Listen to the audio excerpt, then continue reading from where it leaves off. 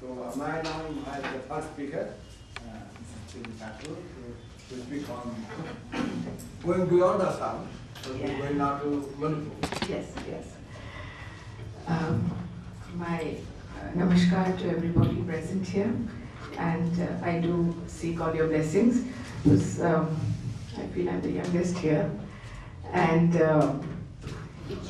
I stand, or I rather sit amongst such august gathering of scholars. So please pardon me if I falter, but I'm actually from the field of performing arts. And being active as a performing artist, of course, we have delved into the scholarship of our dances and our traditions, but performances have always taken the center stage. So I'm more used to standing and speaking through my movements rather than just sitting. But I'll try. Fine.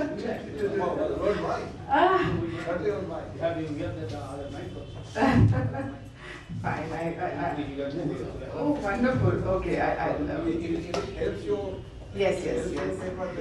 Yeah, I will give an introduction, and then what I'm going to, dance is a wonderful part of our lives, and especially from the region that I come from, which is Manipur.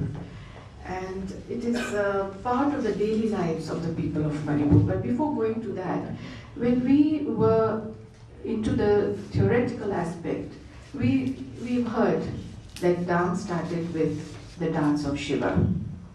And the first treatise was the Natya Shastra, which is like the dictionary, and it explains or describes every movement which is possible, whether it is aerial, in the air or on the floor, movement of every aspect of the body, every aspect of the face, the facial muscles, and we find that in some of our traditional dances we still see the jhalak, or we still see that, okay, yes, this is from Natya Shastra. We do still have those traditions alive. So I'll just go through certain, I'm sure all of you know this part, but I would still like to go through these slides which talk about the other dance forms also, before I go to my own. In our legends, of course, we have dances of Shiva, we have the dancing Ganesha, and it is reflected not only on the sculptures of the temples, but is also reflected in the paintings and in the other arts, which is very, prominent.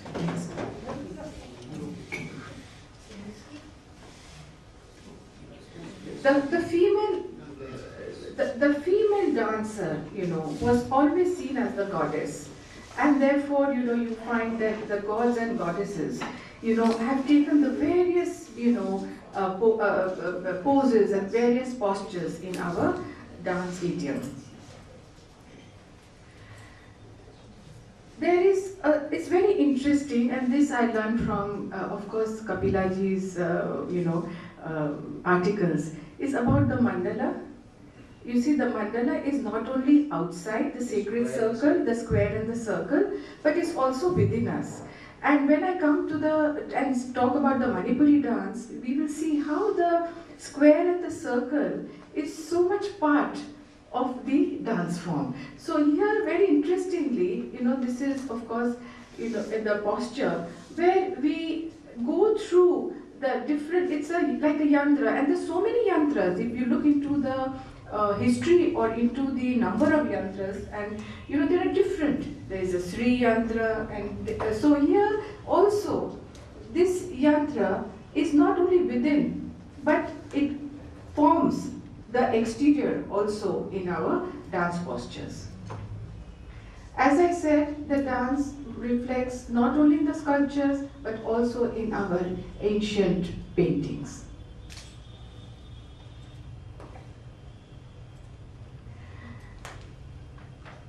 Leela is Leela Samson. This is Leela Samson. She's like my elder sister. and a wonderful scholar and a dancer, and I have learned a lot from her. This is the Bharatanatyam. When we come to the Bharatanatyam style of dance, the dance before Bharatanatyam was Sadir. It was the dance of the Devdasis in the temples.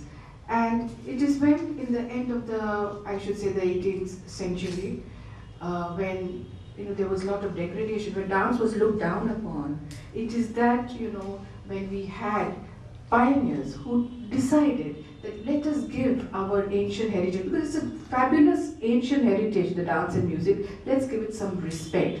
So then was born Rukmini Devi Arundel and so many others who have given dance that prestige or that place in our society.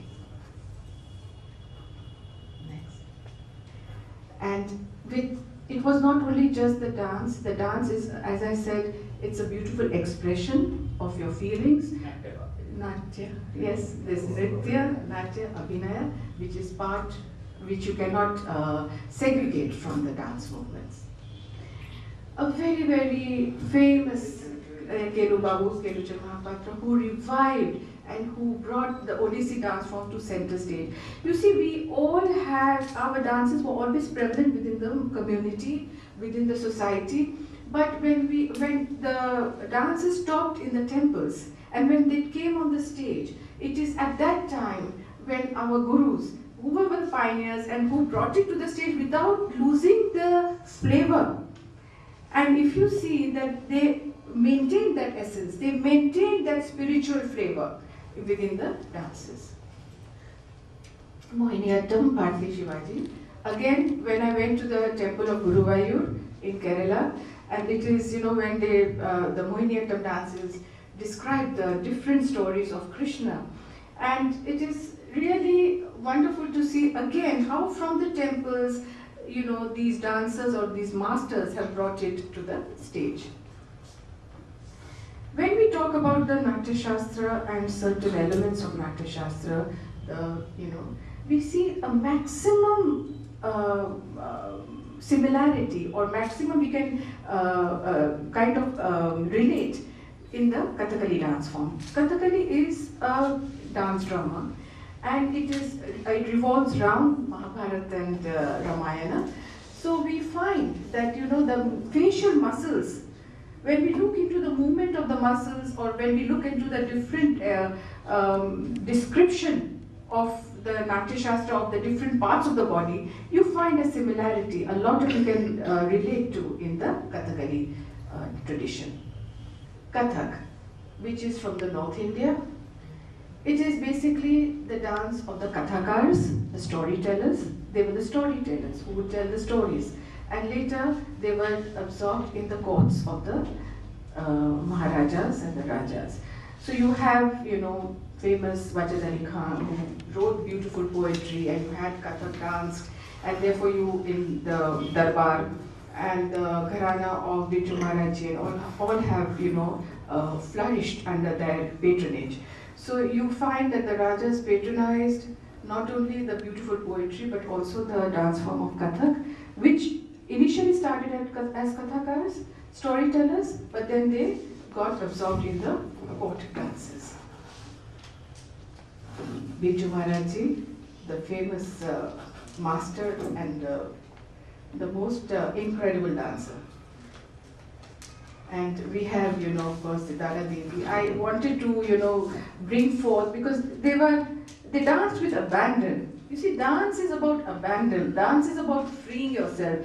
It is about freeing your soul. And therefore you see that in their dances. Now we come to Manipur. That is my area. Manipuri dance may be described as a dance form which is the ancient-most amongst the classical Indian dances. It is free and spontaneous, easy and flowing.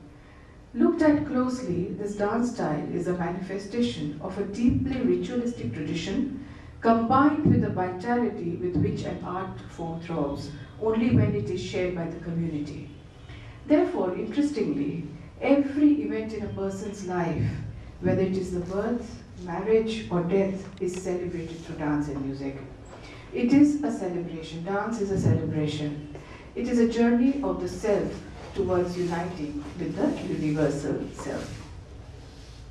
The history of Manipuri dance dates back even before 33 AD. Now, why do I say 33 AD? That's because the art of documenting the royal chronicle came about in 33 AD in the courts of the kings.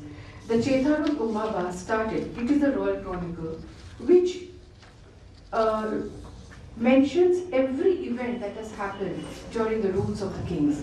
So from 33 AD, the documentation started, and we find that the royal chronicle started from 33 AD, and therefore we say the history of Manipuri dance starts from there. But even before that, there were many manuscripts like Pudin, Lethak, Lekharol, and these ancient Manipuri manuscripts which talk about the dance, the prevalence of dance and music. There is enough evidence to prove that a rich culture flourished in this valley lying amidst the hills in the northeastern border of India.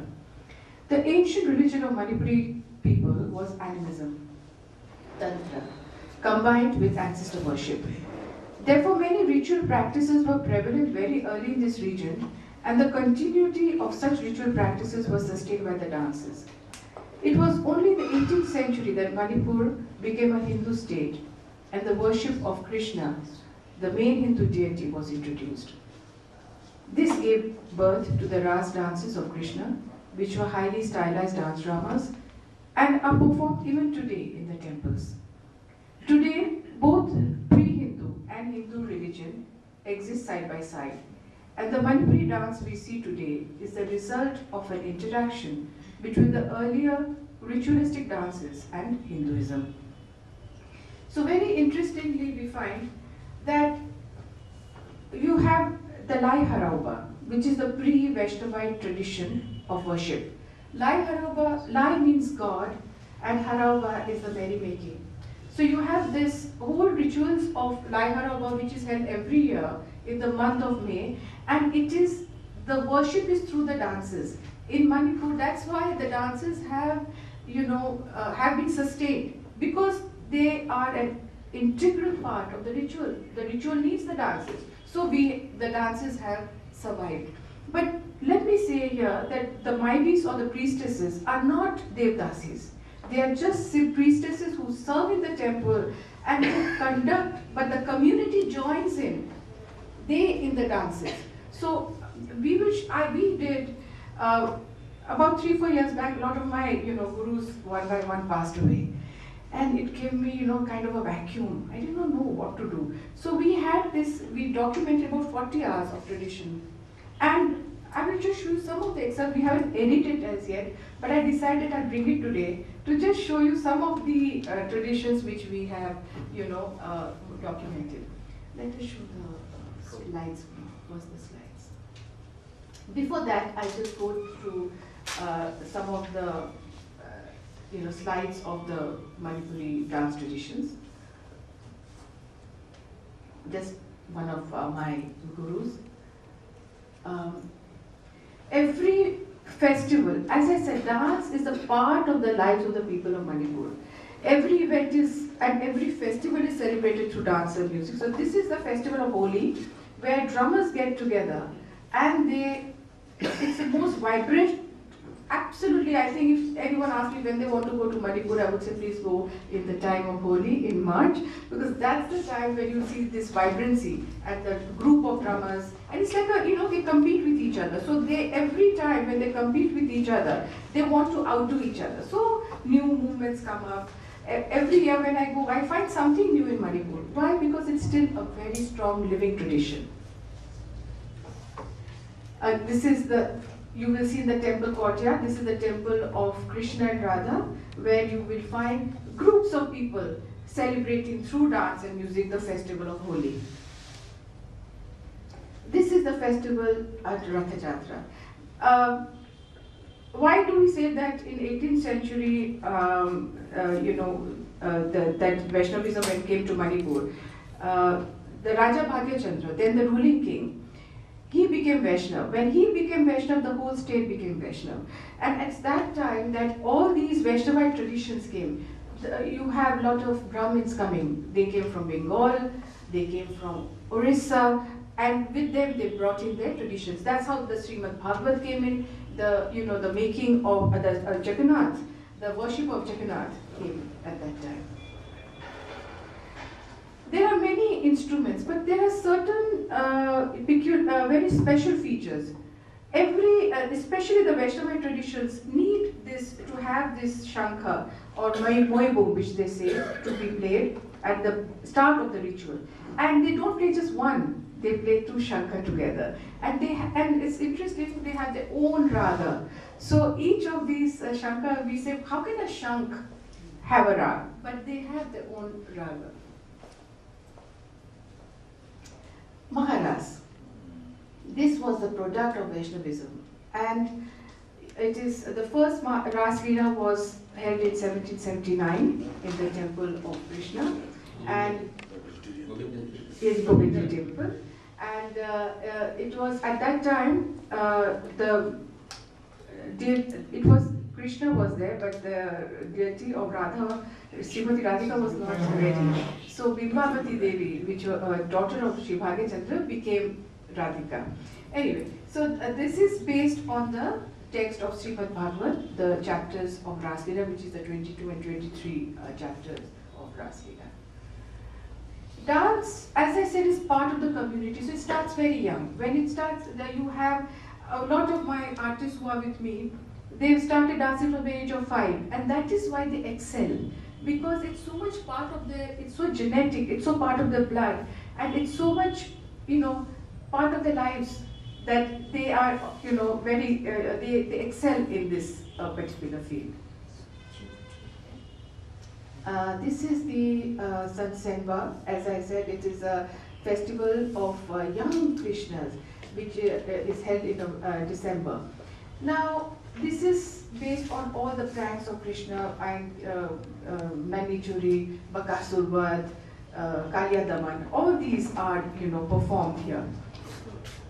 Now, here I want to mention one thing, is that they're not none of them are going to dance schools or professional dancers. It is that I have a child, and he was, and I take a mannat, I take a promise that when my child is 5 years old, then I will make him a Krishna, or I'll make her a Radha. So these are the, certain promises made by the parents, and therefore they come into, and therefore this is more ritualistic rather than a pure dance performance. Yeah, and of course this is part of my dance group. My Oja, I was trained under Guru Bitan Singh and the Jhaveri sisters. They are my Adi Gurus, and then I went for further training to Manipur, which is Oja Babu Singh. Now, the pung or the drum is a very important part of the soul of Manipuri dance, and it is the Sankirtan. And he was the guru of not just the Ras Leela but the Sankirtan, which again is the ritualistic offering in all in all events. For example, if there is a Shraddha ceremony, it is not complete without Sankirtana. Now again, this is a tradition from Bengal. You don't see it in Bengal, this happening. But it has somehow still been maintained, and it's still happening in Manipur. Marriage ceremony, death ceremony, Annaprashan, the first, the particle of food that the child takes, everything is celebrated through dance and music and Sankirtana. This is the Ras Leela Maharas. The Sankirtan is a prologue. It is a group of male performers, which is a prologue to the Ras Leela. This is held at the Kartik Purnima in December. This is the Maharas in the Govindji temple.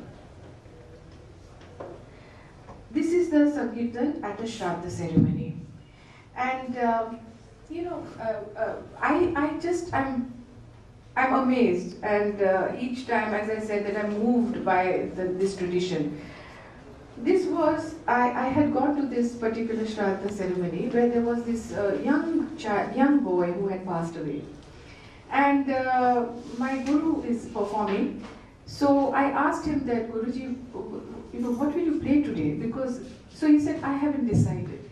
But when he went into the mandap, he played a raga, and then his co-partner sang. And it was about when Krishna goes, leaving the gopis, he leaves Vrindavan. And and the gopis, they are so bereft that they tie their stresses of hair to the chariot of the Ratha, and they said, please don't go. It was such a moving song. So, they sing these songs, and that brings tears because it's, so obvious, like, don't go, why are you going? So it was about this young child who had passed away, and, they were singing. And at that time, the mother of the child burst into torrents of tears. And I was told that she had never cried, she couldn't cry, because she was so disturbed and she was so shocked. But this was like therapy. It brought out the tears, and it kind of, it gave a release to her emotions. This is preparing for Ratha Jatra. Sankirtan player, folk player, the Govindji temple. Govindji temple. This is the first in the 14th century, in the 15th century rather. This was the first temple of Vishnu built at Vishnupur. It's a little outside Imphal, and here they had installed the small deity of Vishnu also. So when we go historically, 18th century is when Raja Bhagichatra became Vaishnav, so the state became Vaishnav. But the advent of Vaishnavism was much earlier. It came, early in the 13th, 14th century. And then in the 15th century, this small temple was built. Pena? Is it a terracotta? No, yes. No, it is not a terracotta temple. It doesn't seem so. It cannot go to 13th century, it is much later. No, I said 15th century. I said yes. Still later. No. Bengal style is there. 1818. It cannot be earlier than 18th century. One pillar is missing over There is, this is this is from this angle. No, but this is what the Chaitanya. Bengal style is there. The roof is. Yeah, but it is. This is what we've been told. So maybe okay. I'll correct it. If that is it. more likely it was 18th century. No, it's not 18th century. Because in 18th century. No, it's correct. No, I will have to check this, please. Please, okay? Because It's clearly Bengal style. that is okay, but it's not as late as that. Anyway, I shall do it right now after this and tell you. This is Veda tradition from the Laiharava tradition. Again, this instrument is a part of the rituals, which without this instrument, Laiharava cannot take place. The Maili, the priestess, who conducts the rituals and who also leads the dancers. The dancers also join in from the community. So that's why they are not Devdasis, but they are just the servers in the temple. Basically, the dances of Laiharava are dance of creation, and they describe the creation of the body, the creation of their daily chores. Farming life was very simple, so it was farming, weaving the cloth, and these were the different chores which were described in this dance. This is a festival of Laiharava where they come out in the village courtyard. They bring all the deities in a procession. There is also the Shraddha ceremony in the pre-Vaishnavite tradition, which is the Laiharava. This is the ceremony. So as it is a continuation, what happened from the pre-Vaishnavite came into the Vaishnavite traditions. This is a temple of the goddess of the pre-Vaishnavite religion. goddess Pathevi, and Sanamahi, god Sanamahi.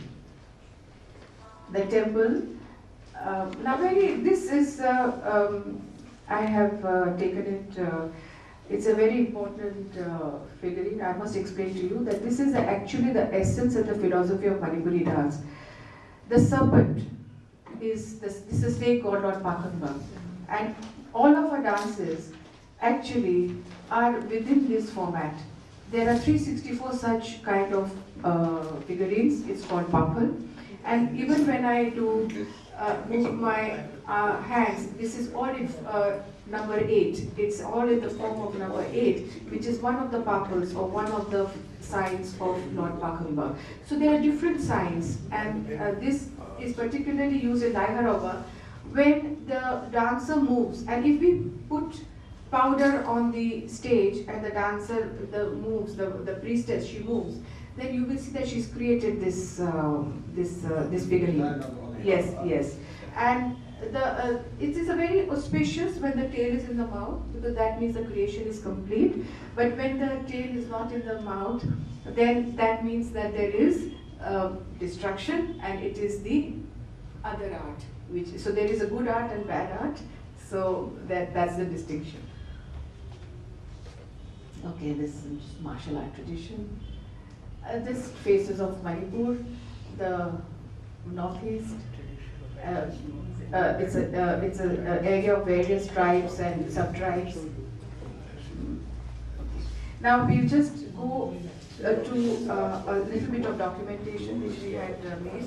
Tikova. As I said, that Laiharova is all about Tantra. It's all about, invoking the spirits and worshipping the spirits. It's about worshipping the elements, the sun, the wind, the rain, the water. And therefore, the spirits are invoked from the waters. So we show you this is the actual ritual which happened, and we documented it, because I feel that with this total modernization, there would be, slowly it is going to die out, this whole thing. But at the moment, it's still alive. These are the priestesses. They go to the water body. It was a 9-day festival, and we have documented all the 9 days. Now there is and when she gets into a trance, because she's a medium, the spirit through her body is, there are two people standing with pots, so they believe that through the medium, the spirit has come into the pot, and when the pot is in the temple, the deities come alive. So she, will invoke, and when she's into a trance, she oracles. So when the kings were there, she would oracle whether it's going to be a good harvest or a bad harvest, where there would be there would be war or peace or prosperity.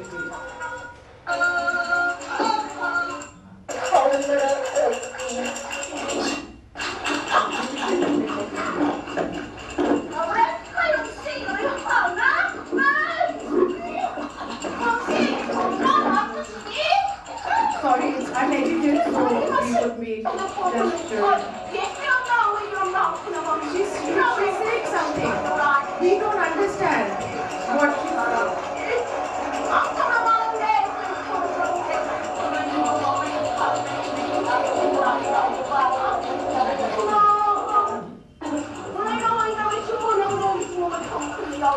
These are the elders of the village who will be then taking that pot back to the shrine.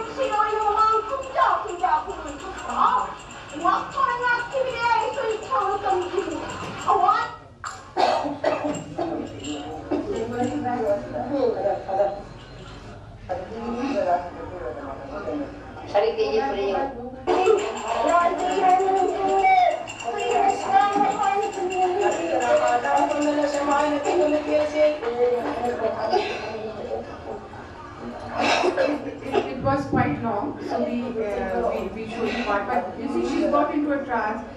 Now she's coming out of the trance. Now, with dance and music, they will take the pots back to in a procession back to the temple.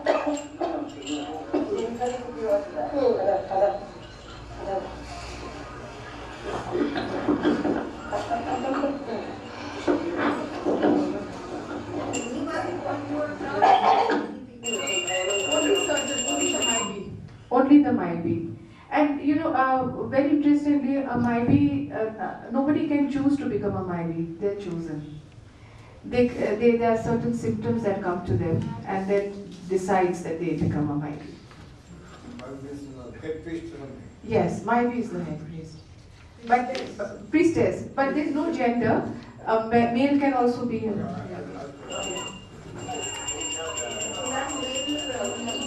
Yes, yes. My guru was male. Who was the Guruji of also Darshana and no. Yes, of course. Now see this pot will be taken to the temple. This is my Guru, Mangi. He is actually from the Pena tradition, the instrument. But he is also oversees the rituals.